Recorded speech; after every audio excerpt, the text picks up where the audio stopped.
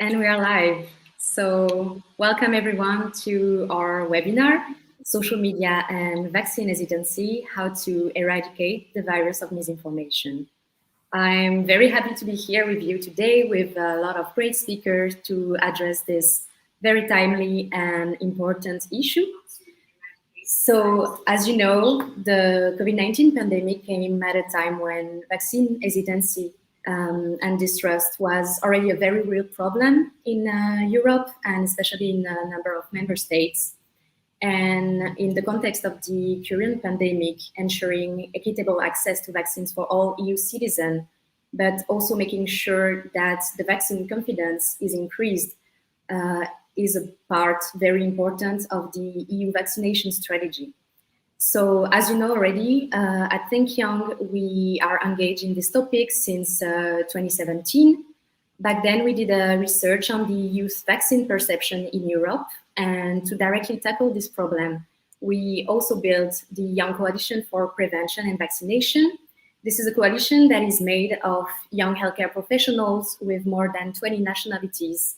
And we are taking with them a proactive stance to tackle the issue of vaccine hesitancy, but also to advocate for the important role of vaccination and prevention across Europe, both at the EU and the national level. And we also call for more involvement from young people in this important topic. So, as I was saying, the spread of disinformation on social media contributes to the phenomenon of increasing distrust and vaccine hesitancy, which is particularly damaging. So for this reason, it's very important and essential to discuss how digital platform can also counteract the proliferation of false information and contribute to the awareness of the importance of vaccine and prevention. So we are very honored to have here 5 very special guests joining us today to join this conversation and to share our thoughts on this topic. We have Christina Stump, who is Head of Media Convergence and Social Media Units at the European Commission, DG Connect. We have MEP Cyrus Angerer, Member of the European Parliament, who is also a YC4PV Ambassador. We have Anya Elset, Public Policy Manager, EU Affairs at Facebook. Céline Berlac-Lee, who is a member of Engage Teams. And last but not least, Dr. William Budd from Team Halo.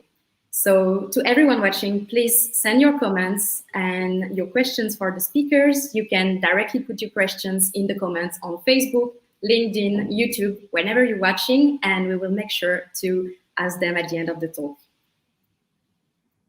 Let's start now with some opening questions. And my first question will be for you, MEP Angerer. So even before the onset of the COVID-19 pandemic, we knew that vaccine hesitancy was problematic across Europe. For instance, between 2016 and 2017, there were outbreaks of vaccine preventable disease, including measles, for example. So in your opinions, what is the reason for this increased level of hesitancy, and how do you think that COVID-19 also impacted this? Yes, thank you, Julia. First of all, thank you for organizing this event and for inviting me to it. In recent history, we have really seen the rise of social media and the internet, which has had a huge impact on people's behaviors and beliefs. Social media has empowered people to make their voices and their opinions heard and find other people with the same convictions and beliefs. Many of us end up living in these social media bubbles. And it has been a very positive development. But as we know, not all opinions and beliefs are based on facts and they do not necessarily reflect reality. So the development also has its downside, because sometimes it translates into a situation where disinformation is validated and it finds its way into public perception. While expertise and science, even in the past, used to be challenged, at the end of the day, there was a perception of objectivity which was associated with them. Expertise had the final word on matters, and people found also comfort in this, because the reliability provided peace of mind. However, slowly we are seeing a reality shift in this regard. It's becoming more and more frequent for expert opinion to be publicly challenged or even ridiculed by sectorial beliefs, rumors, conspiracy theories on social media. So most of the time, such beliefs and rumors appeal to human beings' most basic instincts, such as the fear of the unknown and the need to protect oneself against anything that is new or different. And it is therefore quite easy for this sentiment to find support and infiltrate in our societies rather quickly. As far as for the COVID-19 pandemic is concerned, it has really served for this sentiment to strengthen its power and flourish. Also, because there was a number of things which anti-vaxxers could latch on to validate their narrative, such as some side effects, for instance, of specific vaccines, and the fragmented response that we saw from different countries. However, I think that most important message to make in this regard is that the sentiment leading to vaccine hesitancy, especially in times of a pandemic, should not be dismissed or snubbed. It is only normal that people have questions and fears, especially in times of crisis. And I believe that some other reasons, for instance, for vaccine hesitancy, which started well before COVID, is that for generations now we have been free from viruses, as you mentioned, for instance, measles and different diseases that have left so many victims throughout history. So the collective memory seems to have forgotten that this was all thanks to vaccinations and the vaccination of our population. So it is the responsibility of us as decision makers and governments to invest in information campaigns to counter these realities and to alleviate people's fears through communication campaigns and through consistency in the way that they manage vaccine programs and crises. So it is crucial that governments are united in the fight against disinformation. It will be a constant battle which we will have to face in all aspects of policy making. But fortunately, I think the rise of technology and investment in research and innovation is also being used as one of the tools to combat disinformation, and that is something very important. Thank you very much, MEP Anger, for this first answer. And I would like to move now to you, Christina. So you are in charge of the European Commission policy related to disinformation. How do you see the role of social media in contributing or fueling disinformation on vaccination? And what are some of the developments that you maybe noticed also in the current COVID-19 pandemic context? Yes, thank you very much. Good morning, everybody. Basically, what I often stress is that disinformation or conspiracy theories are as such not a new phenomenon. So it has not developed with the development of social media. What has changed overall with the by use of social media platforms is that such information can spread with a virality, with a speed that is unprecedented. And this is, I think, is even more the case when it comes to the COVID crisis. Because as the previous speaker well noted, the COVID crisis, the COVID pandemic created the perfect conditions for the propagation of this infodemic, so to say, because of the fears, because of the lack of the information at the beginning of the pandemic, and so on. So I think it has basically put a spotlight on the problem of disinformation, that this can really cause a major challenge for society. And basically what is very different is that the stakes are much higher. That basically if there is a lot of vaccine-related disinformation out there, that this can completely undermine all the efforts that member states, the Commission, the healthcare professionals are doing to get out of the crisis. In terms of trends, what is new, I think that even I would say that the amount of disinformation that is out there and the speed how this was propagated was even higher than regarding other topics, because everybody was speaking about this topic. And what I think is also new is the importance of misinformation, because we often differentiate in my policy area between disinformation, that is basically spread with intent, with a malicious intent, and misinformation that people spread with a good intent because they really believe in this. And I think this has also changed a little bit the direction that we are doing, that this is also an important area. To focus back and to summarize a little bit, just to say what we are doing in the Commission in this regard, that at the beginning of the crisis, we have set up a monitoring framework with major online platforms to see what they are doing in order to fight COVID-related disinformation. Now the focus is obviously on vaccines-related disinformation, and there, but I must also say that social media platforms have done in this past area more than ever before to take steps against the fight of disinformation, and we acknowledge this effort. At the same time, we think that still more needs to be done, and I am happy to get back to that at a later point. Thank you very much. Thank you very much. And indeed, you were talking about the social media platform, so I would like us to move the conversation and to ask Anya a question about social media platform actions and strategies. So digital platforms such as Facebook or YouTube also have started to put in place some initiative to counter the spread of fake news about COVID-19 and vaccines in general. So could you tell us a bit more about the practical strategy that social media apply or could apply also in the future to stop the spread of misinformation and disinformation? Yes, absolutely, and hello everyone. So from our perspective as a company, but also a platform where people come to share various points of views, and to Christina's point, often engaging in discussions that can lead to misinformation, and especially around health issues. This has paramount consequences for the real world situations, and especially real world harm. We have taken a number of steps, in fact, to address this since the spread of pandemic.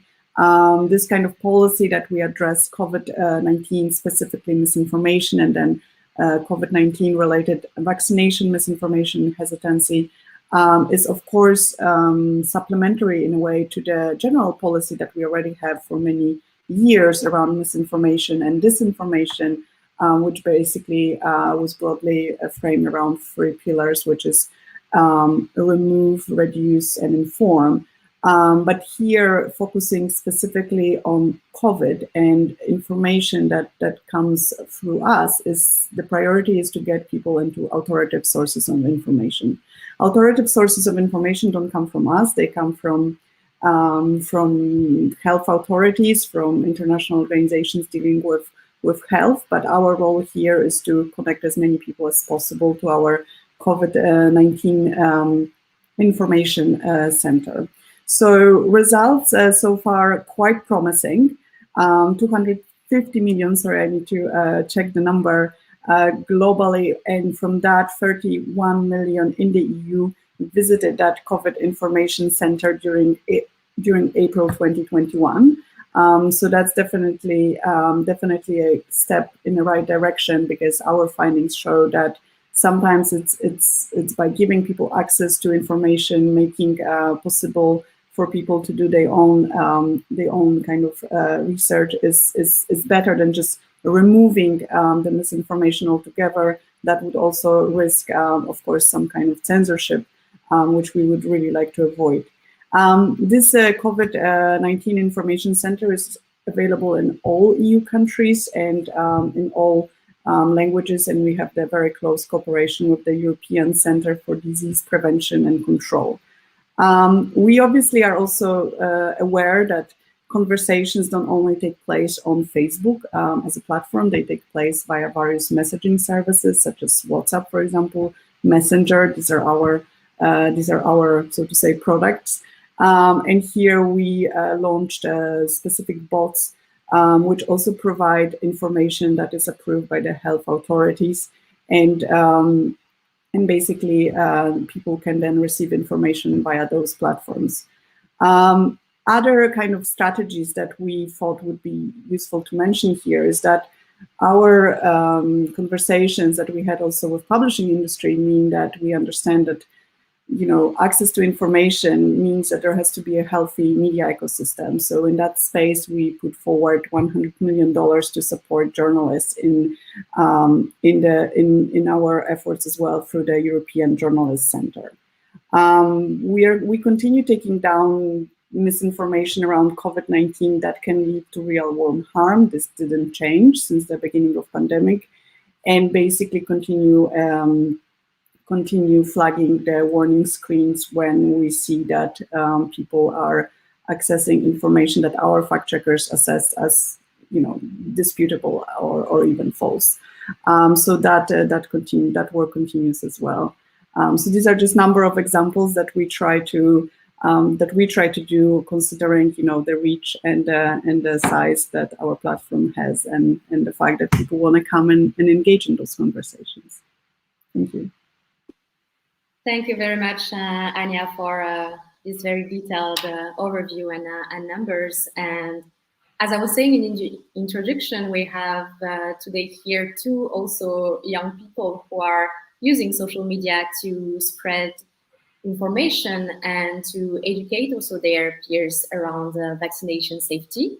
One of them is you, Celine. So my next question will be for you. So your project, Engage Teens, it consists of girls and boys from age 13 to 19 that work to spread awareness about HPV, specifically cervical cancer and the HPV vaccine to other young people. So from your point of view, what impact does misinformation on social media have on young people? And do you think that they are maybe more able than older generation to recognize and defend themselves against fake news, especially when it comes to health? Thank you, Julia. And good morning, everyone. In my opinion, no other generation has been at such a high risk for misinformation compared to my generation of young people. Because social media is a prominent part of many of our lives, information is spread rapidly and it's very difficult to control. We know this. This age group is constantly affecting each other without knowing it, and whether this is at a city level, a country level, or even a continental level. However, in my experience, young people on social media typically fall mainly under two distinct categories: one that trusts everything that they see online, and the other that doesn't trust anything that they see online. Obviously, there's a middle ground, but the amount of people that fall into that category depend on the education that they receive. Fortunately, the world has recognized that social media is an extremely powerful and persuasive source, and we've been taught to be wary of what we see. Check the speaker, check the accounts following, check the bias, etc., etc. However, the extent to which one does this and how much of this a habit it is for someone depends, like I mentioned, on the schooling and the social environments of each young person. However, for some, this approach can be very problematic as they begin to not trust anything they see online. And for health-related news, this has some very serious effects. For example, a general fear of vaccines, distrust in what their doctors say, living in denial when others around them preach about the positive vaccines, and this is clearly not what we want. This ties back to, as mentioned before by a previous speaker, the general human nature to be wary of something that is new, something that is different for them. And then to contrast, the majority of young people do believe almost everything that they see on social media, unfortunately. The good, the bad, they believe it all. And many don't want to put in the work to check to see if their sources are credible, and some don't even check at all. However, I believe that this can be solved relatively easier than the problems of those who believe nothing, because algorithms, as mentioned before, can be used and have been used to check information posted on social media regarding health-related news. And these algorithms haven't been used as widespread until the recent pandemic, but the efforts made to contain the misinformation about COVID-19 needs to be duplicated when correcting misinformation about other vaccines, and as you mentioned, specifically the HPV vaccine. And although I have made it seem like young people are just as vulnerable to fake health-related news as other generations, I do believe that we are one of the more equipped age groups against misinformation, because growing up in a digital age has compelled us not only to take information as we see it at face value, but also attempt to verify it as much as we can. And that's something that our parents and our grandparents before are not in the habit of doing.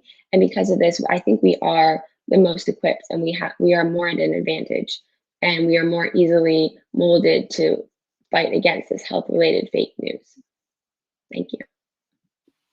Thank you very much, Celine. And Will, I would like to move to you now because you are a guide for Team Halo. So maybe you can also tell us in a couple of words what the project is about. But basically, you are a group of healthcare professionals and you are very much engaged in explaining health and vaccine issues, especially clearly, easily on social media. TikTok is one of the platforms that you use the most. So in your experience, what are the best strategy to adopt effective and user-friendly also health-related communication through digital platform? And the second question will be, how is it possible also to reassure people about the importance, safety, and efficacy of vaccine, and maybe especially young people?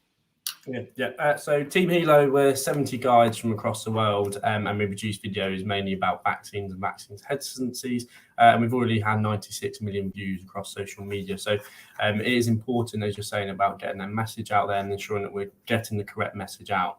How to make it user-friendly, that's something we asked ourselves when we first started. And one of the things that we realised is that people do have genuine concerns, and it's important that we address them rather than dismiss them. The general public, if they've got questions, as you know, the fear of the unknown has been mentioned previously, the worst thing you want to do is alienate them by dismissing their concerns. So that's the first thing, importantly, to have a conversation with them so they don't feel that they're being talked to, that we're listening to what they have or what they're worried about, and so we're answering them at the same time. In order to do that, you need to be quite relatable. So there is a bit of a divide between the general public and doctors previously, where they felt that doctors and healthcare professionals were talking to them, telling them what to do rather than making joint decisions. So I and many of the other Team Halo guys try to show our personality and use some humour and things like that, so that they get to know us more as people rather than just the information that we're given. Obviously, inside that, we include the information that they need to hear, dismiss concerns that are coming out fresh in the news. So we deal with real-time events in the news. So early on in the pandemic, when we were designing the vaccines, there was concerns about fertility, and that was actually misinformation that was being spread. And it's very understandable, especially for young people that are considering having families in the future. The last thing they want to do is affect their fertility by a vaccine that some may think that isn't required. So that's important that we deal with the real-time news issues, so that we can sort of squash the misinformation before it becomes viral and well-known. And that's another good thing about social media, is a lot of our videos can go viral, so you have a large audience that you reach. Taking people behind the scenes to see how, so for instance, I work on the clinical trials, how the trials work, and other people work by making the vaccines and things like that. So taking people behind the scenes so they can see the process allows them to trust us more. So without having like a shroud or a cloud over it, so they can see what we put into the vaccine, what happens during the trials, and the information we relay. In terms of the second part of your question, it is very important to include information about safety and the importance of the vaccine. It's important not to keep humming that down every time, because they don't want the message to be repeated too often, because they feel that you're telling them rather than the conversation. So while inside the videos that are fun, we include the information that's important, so saying how safe it is, using real data and relaying the science behind it in an understandable way, so that everyone from all educational backgrounds can understand the science. So yeah, that's basically how we do it, and how we make it user-friendly is by using things like TikTok or Instagram and social media, and using some of the tools that you can use on there, like green screens, and reacting to other people's videos, and some celebrities reacted to our videos. So it's a general approach just to get the information out there. Thank you very much, and congratulations also on all the efforts that you guys are doing at Team Halo to join forces against misinformation. That's very great. I would like maybe to come back to Christina. Before, you were talking earlier about the European Commission monitoring program on COVID-19 disinformation. So as you mentioned, and as we know, platforms such as Facebook, Google, TikTok, and Microsoft were among the signatories of the Code of Practice on Disinformation as part of this program. and they have taken action also to fight COVID-19 related disinformation. So can you tell us a bit more about the platform measures reported in the framework of this monitoring program, and also what do they consist of in a couple of words maybe?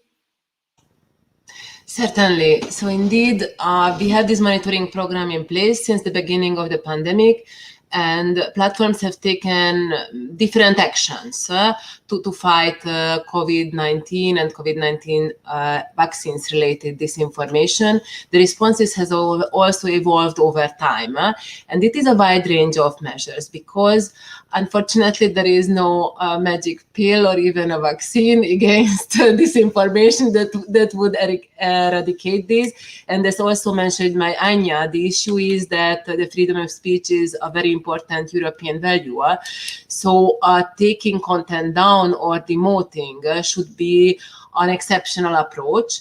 In this pandemic, this has been used by several platforms against really the most dangerous claims that the vaccine kills people, or really information that is contradicting scientific evidence. And I think this can be a valid response in some cases. However, this has to be also complemented with other measures that rather relate to informing people. And Anya has also mentioned their approaches or actions regarding authoritative sources. Most of the platforms, also Google, Twitter, TikTok, Microsoft, have taken similar approaches with banners, information centers, working together with the health authorities. Team Hello, mentioned by Will, I think it's also a very refreshing and very efficient initiative, I think, that can in particularly appeal to younger people. So indeed, TikTok is regularly reporting about this action, and I'm always very excited to see the results from that. Also, fact-checking is a very important area, and here social media platforms have stepped up also their collaboration with fact-checkers, and then have put the tags or warning signals on content that has been fact-checked and debunked. I think this is also quite an efficient means to fight this type of disinformation. So leaving the content up, but basically showing that this has been checked and proven to be wrong.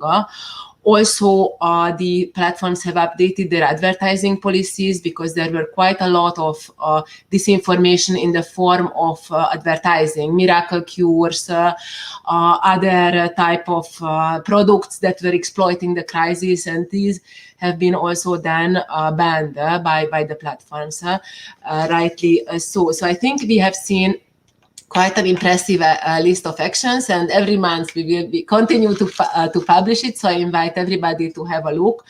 At the same time, also to say that more would need to be done in this regard, and I can get later to that. But for example, what we see is that fact-checking is important, but it may not happen to the same extent in all languages. So in English, that is quite broader done, but for smaller languages, this is not necessarily the case. And also the monetization of this information content continues. So very reputable brands, for example, end up putting their advertising next to COVID vaccines disinformation, which I don't think they want to be doing. So there is also a lot of work to be done to avoid this kind of advertising placements that can benefit the purveyors of disinformation. So I think it is a good bouquet of measures, and I think we have also an important road ahead to still continue and step up these efforts. Thank you very much.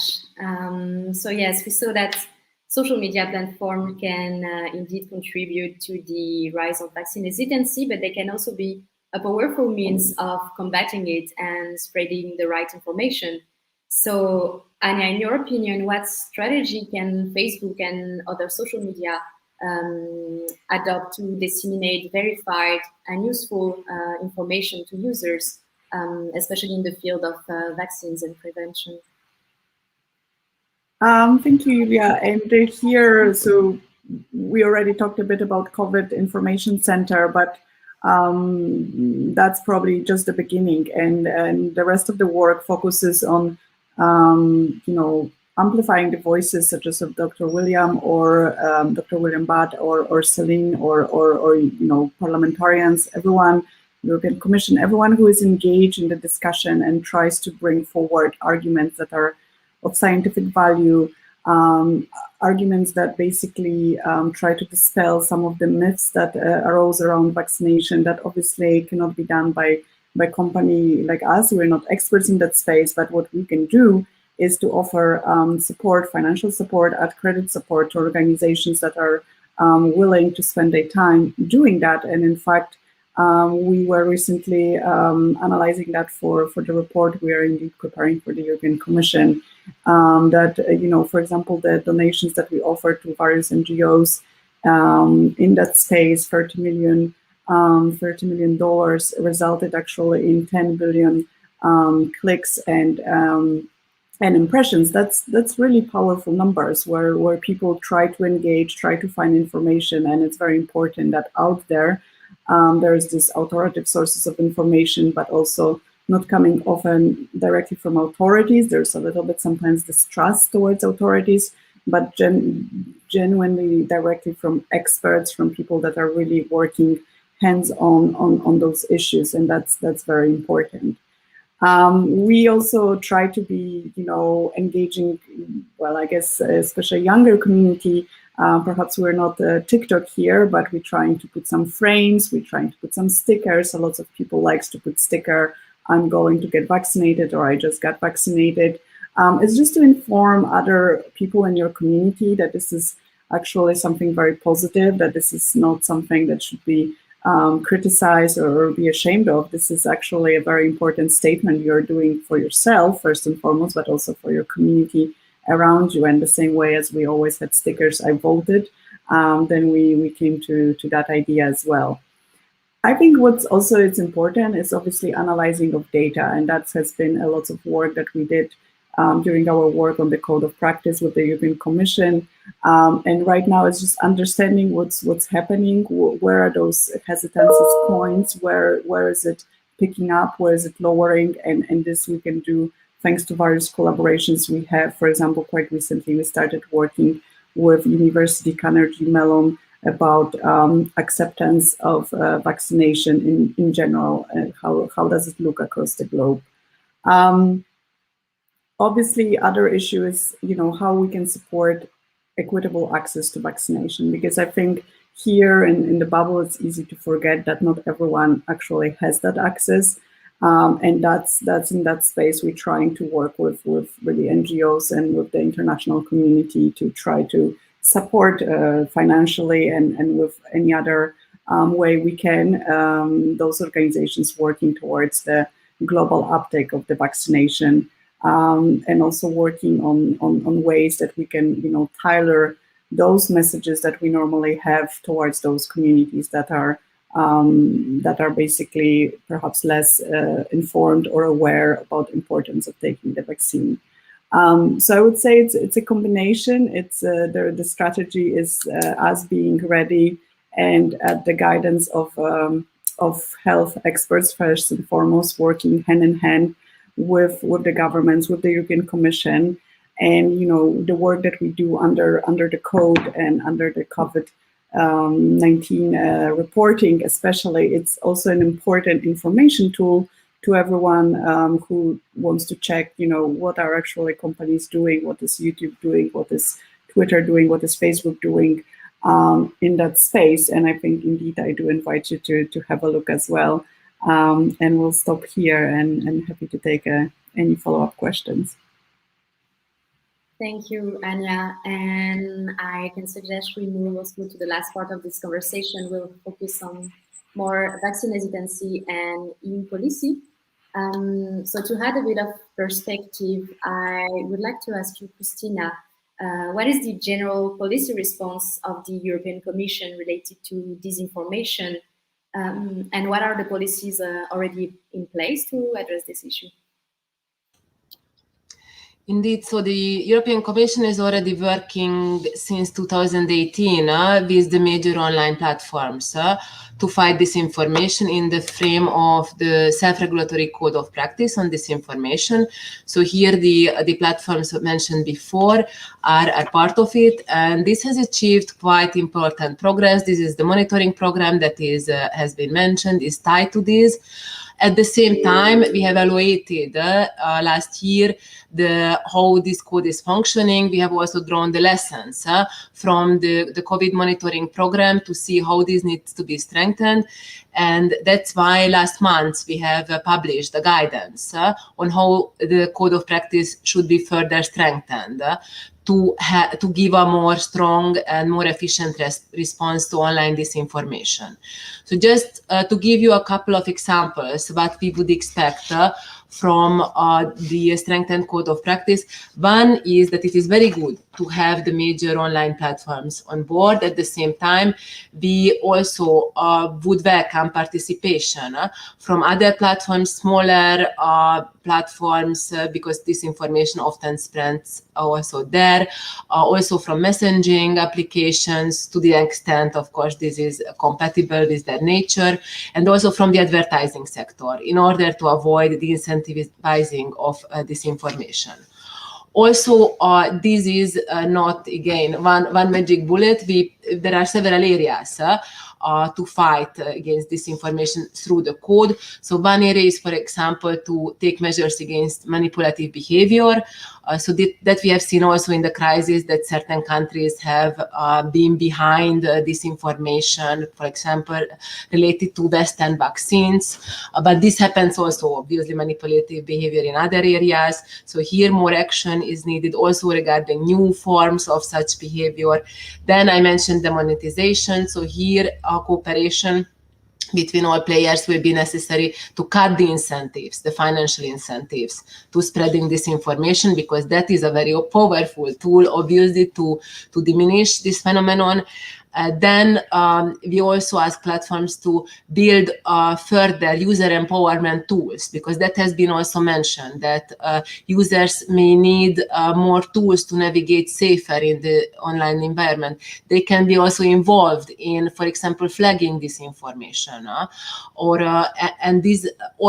users can be given information about the sources, how reliable these sources are, for example, also to give more transparency to the algorithms. So all these user empowerment tools are also an important focus. Then another area where we would like to have progress is more access to data for researchers to understand more about this phenomenon, to be able also to fight it better. And as also mentioned, a broader involvement of fact checkers in all languages and all member states, so that it can be also stepped up. So we believe that with all these areas strengthened and complemented with a strong monitoring framework to see the progress, we can really have a strong response to this information. In the coming months, we will work together with the platforms to facilitate the revision of the code along the guidance. And we will obviously also continue other activities in this area when it comes to media literacy or other supporting measures. We have also the European Digital Media Observatory that is looking into this area. So this is quite a complex challenge, and that's why we are also preparing a complex and strong policy response to that. Thank you. Thank you very much. MEP Anger, so you are a member of the Committee of the Environment, Public Health and Food Safety, and also the Special Committee on Beating Cancer at the European Parliament. We are also very honored to have you as an ambassador for the Think Young Young Coalition on Prevention and Vaccination. So I wanted to ask you, from your point of view, what can Europe do to ensure that the current focus on the urgent fights against COVID-19 does not make European citizens also forget about the importance of routine immunization? And do you think that social media can play a role in this regard? Yes, Julie, obviously more coordination at EU level is key when it comes to this area. We need a common EU strategy that will combat the loss of confidence in vaccinations that we have seen in the past few years. One of the good things is that at EU level, we're moving towards more competences in health, on the health sector for the European Union, which is a very good thing in my opinion, and where I see that citizens want more Europe, to have more coordination between member states. It is true that we have seen different realities in different European countries on this issue. However, I think that there are a number of factors which are common and which would benefit from increased coordination, definitely. One of these aspects is divergent views about specific vaccines, such as seasonal influenza, between health professionals, for instance. Studies have shown that there is a correlation between vaccine confidence in the health professionals and vaccine confidence among the general public. So it is important to see that this link exists and to work on it. We are also seeing that there is a link between age group and vaccine confidence, for instance, for specific vaccines, with younger age groups being less likely to have positive vaccination views.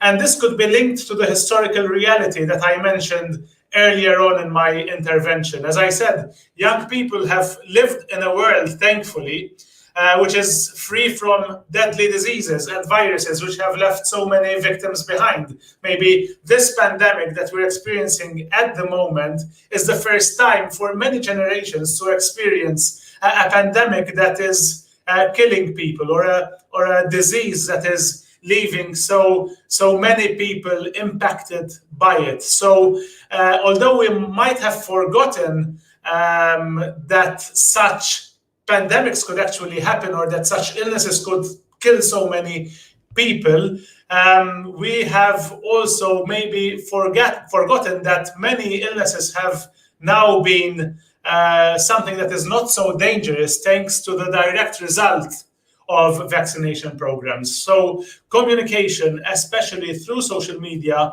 is key.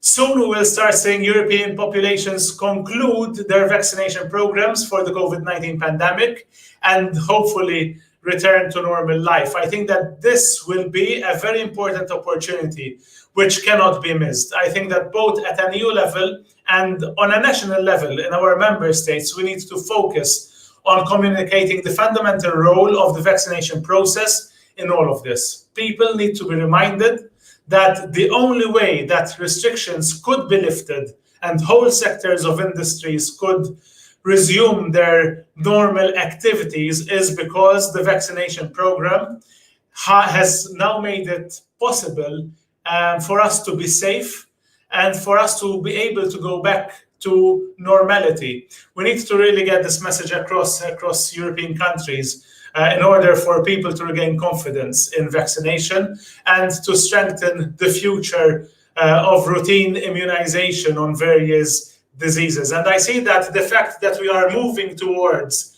a European health union as a European Union can help us put vaccinations as one of the pillars of such a union between 27 member states, where we could coordinate as well as we did for the very first time on COVID-19, but now start doing the same for a number of other issues that are so important when it comes to the immunization of European citizens and those people who live in our European Union from a number of illnesses. To end, I would also like to mention a very good example, like the launch of various applications which we have seen for fact-checking, which can be used by the public. I think that this is something that is going in the right direction. We need more and more fact-checkers and applications that are easy to use and through which citizens, be they elderly people, adults, or even younger people who could be able to access these applications and fact-checked for themselves that whatever is being said by whoever is being said, even people who are in power, who are in politics, who preside over huge nations, we should always fact check, everyone on what they are saying, because this is important to know that what we are reading, what we are hearing is actually based on scientific evidence, and that what we're listening to is something that is real and that we can stand on when it comes to us forming our own opinions. Thank you very much, MEP Anger, and indeed the importance of the collective efforts with the fact-checking also is a very important point to tackle this issue. So let's continue talking about policy. And Celine, I would like to come back to you and ask you your point of view. What specific policies could be adopted to target vaccine hesitancy and health misinformation among young people? Thank you. I think it's very important to remember that vaccine hesitancy is a social issue, and therefore there needs to be specific socially targeted policies. For example, I think that the importance of education cannot be understated. Educating the public at a young age is very important to combating vaccine hesitancy. And everything that we've all been talking about comes back to trust. So Europe needs to create policies that teach the population about vaccines at a young age, as I said, and that are open and honest about the side effects, don't try to hide anything, that reassure people that the equipment that is used is safe, so that vaccines can eventually become, again, or hopefully the default, and that's what most people would just assume is the right thing to do without having to do so much extra research. And this means that there should be education about vaccine in schools, but they also need to be including parents. Parents and children should be trained on this information together, and therefore this will cause conversations to be happening inside and outside of the school as a result. And then vaccines will become more socially favorable, because something else that's very important in fighting vaccine misinformation, mistrust, is communication, open, honest communication, as well as transparency. And that's going to be stimulated when you have people from different age groups talking about something as important as vaccines. And a way for students and their parents to get involved is to do it through schools. And so Europe should be spending a lot of energy on education, because fact checkers are all amazing resources to help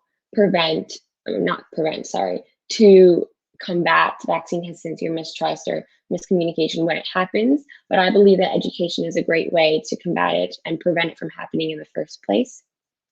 Additionally, as mentioned before, there are lots of areas that don't have access to information or even access to vaccines. And therefore, I think that money should be allocated to these types of areas so that they aren't being left behind in any of this type of schooling, because not every country has schooling for everybody. And so education should be a real priority here, because that's the way, like I said, to prevent something from happening in the first place. On social media sites to help prevent misinformation. As mentioned before, fact checkers are extremely crucial to be using. And I think that it'd be also very helpful if there was one central hub or website where many social media platforms could collaborate and post information about claims that have been created by anti-vaxxers or just by people who don't know their information, to be disputed and to have promptly the correct scientific evidence to correct this information. Like a quick little cheat sheet, so that, if they are presented with an argument and they don't know if it's correct or not, they can check this website and they can see, oh, is this correct? Is this not correct? And here's the evidence to back it up.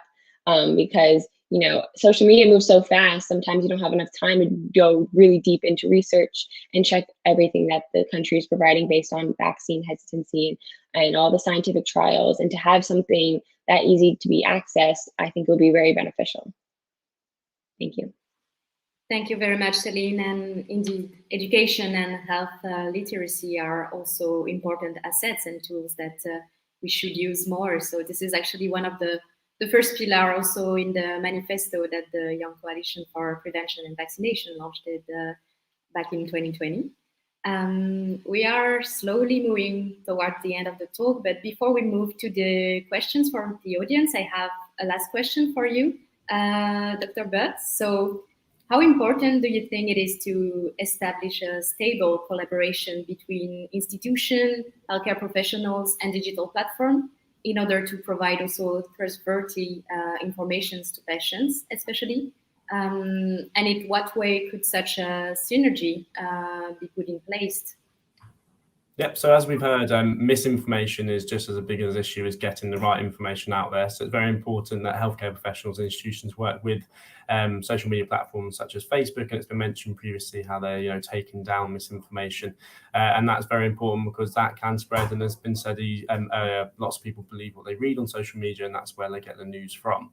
In terms of how we can do that, it's important to do things like what we're doing today, like webinars, conferences, where we get like-minded people together from all of the industries, and they talk about the importance of why we're doing it and different ways to do it. So myself, I know a lot about how the research works and how vaccines work, but I don't have too much of a clue about how Facebook and Twitter and Instagram work entirely. So someone like Anya would have much better idea than that. So getting together to discuss that and how they could implement that is important. And I think especially with lockdowns and things like that, healthcare has moved online over the past year, and digital communications through about medical things has really increased over the past year. So it's something we should look at now while it's on its way up, because if it becomes an established thing that we're not tackling misinformation on, then it'll become a global problem where, as we've already seen, the reduction in some vaccine uptake has led to preventable diseases returning in certain areas of the world.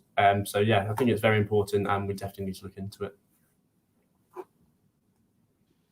Thank you very much, Will. And now it's time to move to the questions from the audience. So I see that we are receiving many comments and a lot of great questions. And the first one appearing on the screen now from Claudia.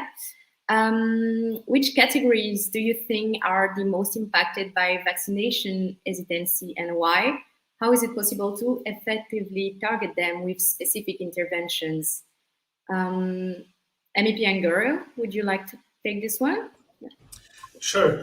I think that, for instance, one of the best things that Facebook has done and Instagram and a number of other social media is, the alert that comes up each time that you read a Facebook post or an article that is on COVID-19, for instance, or on COVID-19 vaccination. So I think that such measures by the social media that we use are very much important. And I think it shouldn't be only on COVID-19 and vaccinations. We have seen this, for instance, with what was happening during the campaign in the United States, the electoral campaign, etc. So I think it's important to have such alerts coming up to make us realize that on a particular topic, there might be a lot of disinformation, and therefore it is good that while you are free, obviously, to read that particular post or article,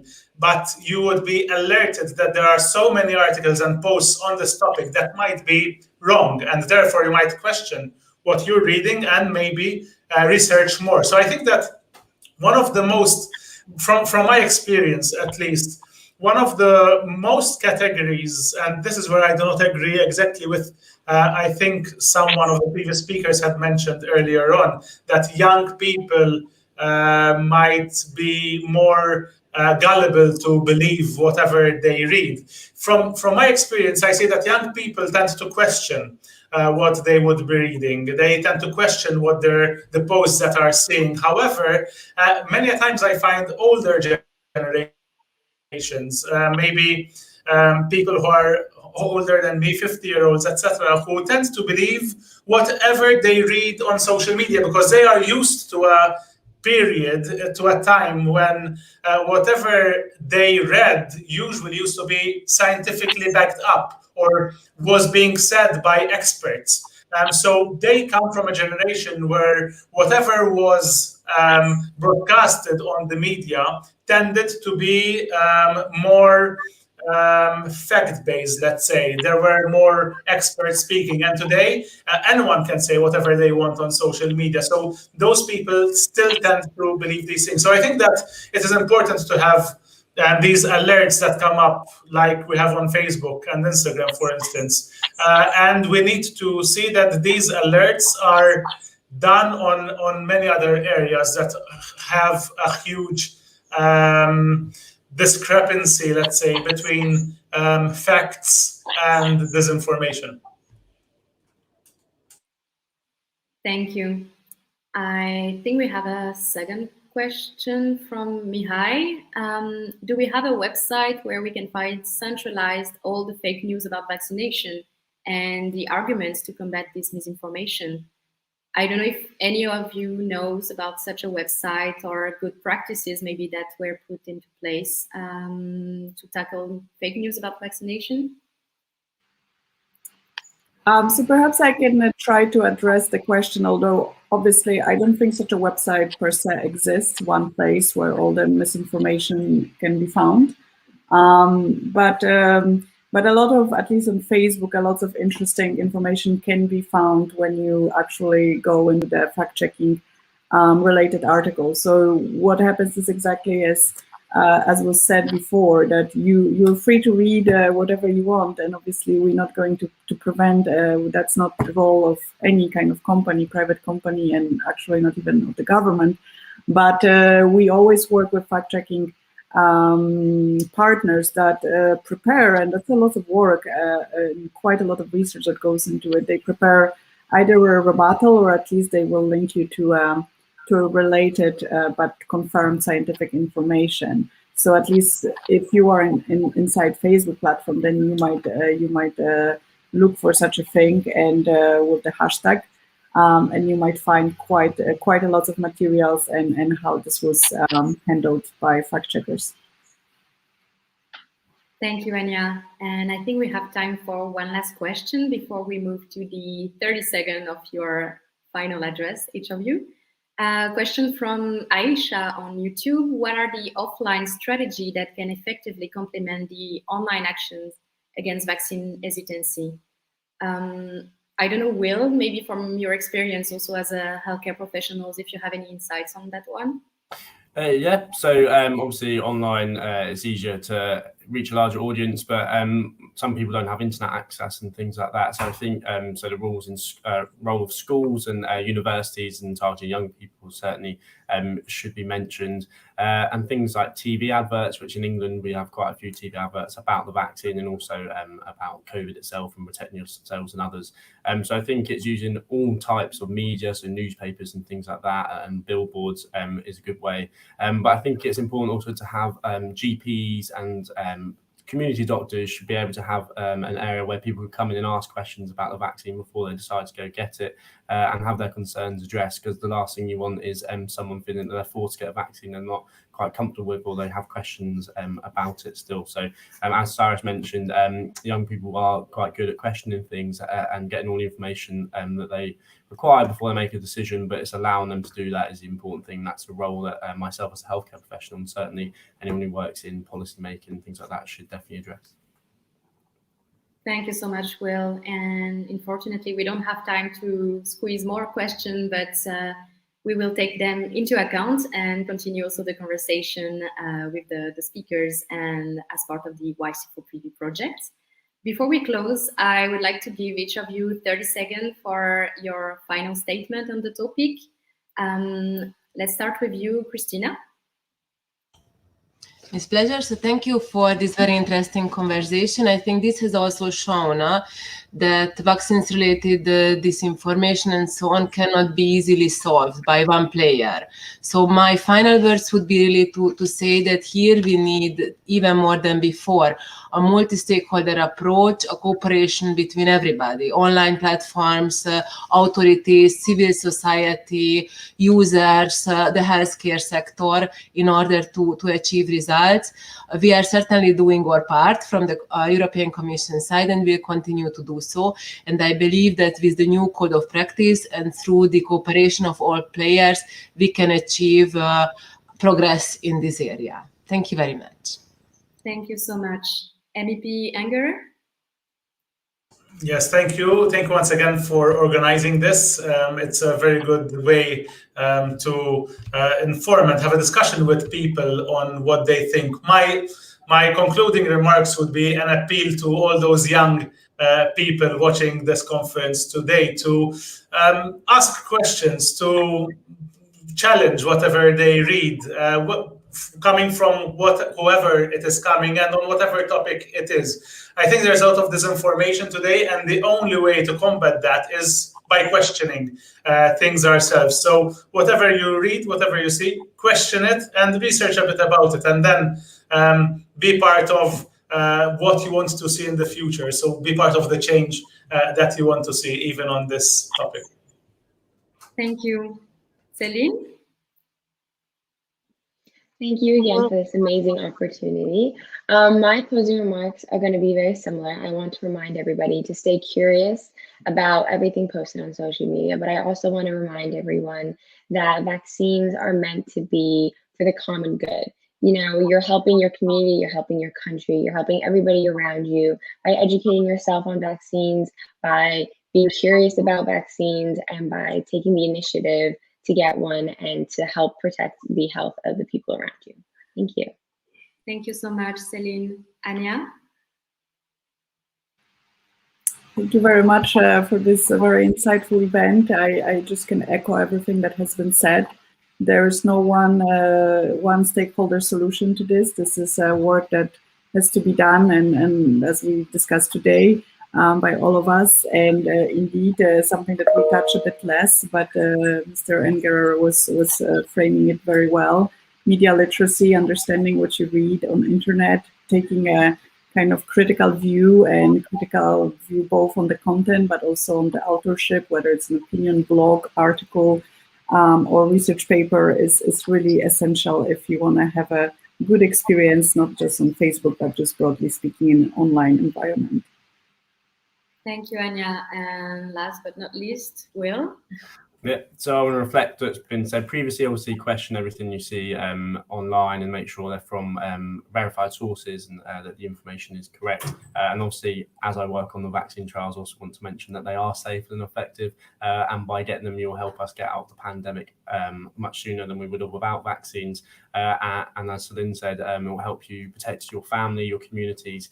They do reduce you from passing it on and things like that, and they protect yourselves as well. So get the vaccine. Thank you so much, Will. And thank you everyone, to our great speakers, but also to everyone watching online. It's been a real pleasure to have this conversation with all of you. And I also take this opportunity to say that we are very happy also as the Young Coalition for Prevention and Vaccination to be launching the 2021 edition of the online campaign toolkit that we are doing also with our partners. So this is a toolkit with social media posts, reliable sources, tips on how to campaign online and how to address misinformation. So this is also part of the effort and the collective activities that we are doing. So just check out the website and you will find the toolkits. Thank you so much, everyone. Have a great day. And as Alia and Céline were saying, stay curious. Bye, everyone.